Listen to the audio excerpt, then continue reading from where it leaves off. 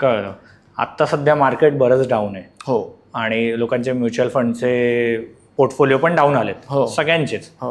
तर त्याच्यामध्ये लोकांना काय ॲडवाईस कराल तुम्ही, जे आता ऑलरेडी ज्यांचे म्युच्युअल फंडमध्ये इन्व्हेस्टेड आहेत पैसे, त्या लोकांसाठी काय ॲडवाईस कराल? बरं, ॲडवाईस करण्या अगोदर तुम्हाला एक प्रश्न विचारतो. सध्या साखरेचा भाव किती आहे किलोला? साखरेचा 60-70 रुपये असणार. 60-70. बरं, समजा अचानक 20 रुपये झाली तर काय कराल? 20 रुपये झाली तर मी जास्त विकत घेऊन ठेवेन. नाही म्हणजे मला, चला मी प्रश्न वेगळ्या प्रकारे विचारतो. तुम्हाला आनंद होईल का दुःख होईल? आनंदच होईल. नक्की. हो. मग मार्केट खाली गेल्यावर लोकांना दुःख का होतं?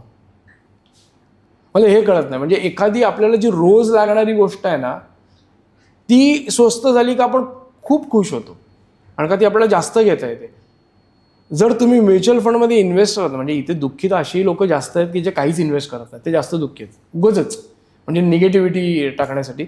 पण मी म्हणेन की जे इन्व्हेस्टर आहेत ना, ते तुमचं जे म्युच्युअल फंड तुम्ही जे विकत घेताय दर महिन्याला, it is part of your daily routine. तुमचं पार्ट ऑफ युअर डेली का चाय शक्कर जे तुम्हाला रोज लागतं ना, त्याप्रमाणे तुम्ही रोज विकत घेताना मग तुम्हाला आनंद पण झाला पाहिजे जर मार्केट खाली गेले. बिकॉज आता काय होते माहिती आहे का, आता तुम्हाला तुमचा पोर्टफोलिओचे रिटर्न्स नाही बघायचे, आता तुम्हाला तुमचा नेट ॲसेट व्हॅल्यू किंवा NAV नाही बघायचा, आता तुम्हाला युनिट्स बघायचे की तुम्ही किती ॲक्युम्युलेट करताय.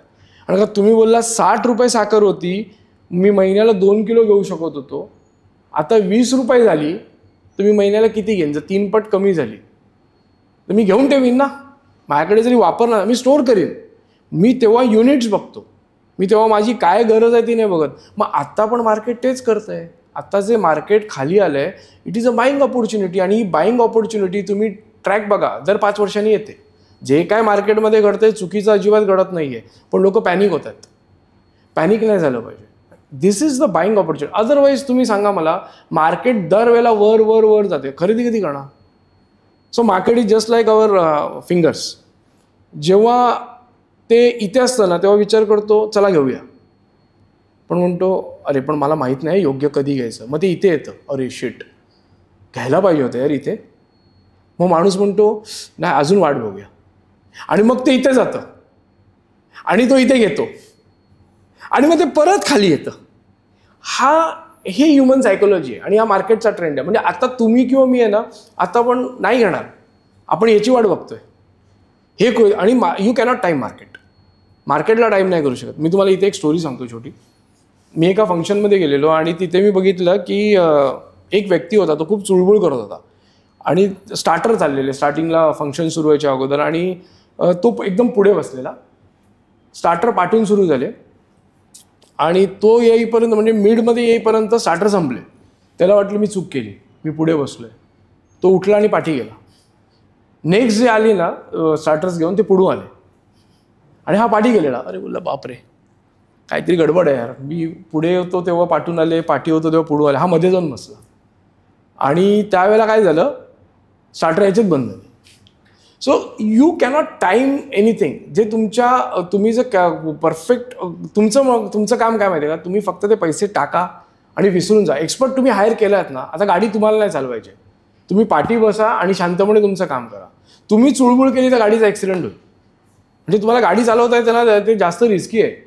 माझ्या बाजूला जेव्हा एक चालवणारा व्यक्ती बसतो ना, तुम्हाला खूप इन्स्ट्रक्शन द्या, अरे लेफ्ट बघ, अरे राईट बघ, तो पाठवून आला, अरे तो कसा येतोय. तर आपलं मन विचलित होऊ शकतं. आता तुम्ही एक्सपर्टच्या आता स्टेअरिंग दिले आहेत ना, हा तुम्हाला तुमच्या गोलपर्यंत पोहोचवणार. सो माझं या परिस्थितीमध्ये सगळ्या इन्व्हेस्टर्सला एकच म्हणणं आहे की तुम्ही कितीही टॅलेंटेड असाल, कितीही हुशार असाल ना, आता ते टॅलेंट तुम्ही दाखवू नका. आता फक्त डिसिप्लिन राहा, पेशन्स ठेवा. मार्केट वोलटाईल आहे, तुम्ही शिपमध्ये बसलेले आहेत, पाणी खूप हलतंय, लाटा जोरजोरात येत आहेत, शिप पण हलते आहे. तुम्ही जर हल्लात ना तर नक्की खाली पडा. तुम्ही स्टेबल राहा, तुम्ही एकाच ठिकाणी राहा. तुम्ही एवढा विश्वास ठेवा की आता माझी युनिट्स अक्युम्युलेट होत आहेत ना, हे जेव्हा मला रिडीम करायचे, जेव्हा माझ्या गोलसाठी मी जी इन्व्हेस्टमेंट केली आहे त्यावेळेला हे वाढणार. आणि जी गोष्ट खाली येते ती वर जाते आणि वर जाते ती खाली येते. It is always there. हा म्हणजे ग्रॅव्हिटीचा पण रूल आहे, नवीन काहीच नाही आहे मार्केट. घाबरू नका. सो माझा एकच मेसेज आहे, don't panic, stay invested and stay discipline. हा व्हिडिओ तुम्ही इथपर्यंत बघितलाय म्हणजे तुम्हाला हा नक्की व्हिडिओ आवडलाय. ह्याचा फुल व्हिडिओ आमच्या मेन यूट्यूब चॅनलवर आहे, तो पण जाऊन तुम्ही बघा.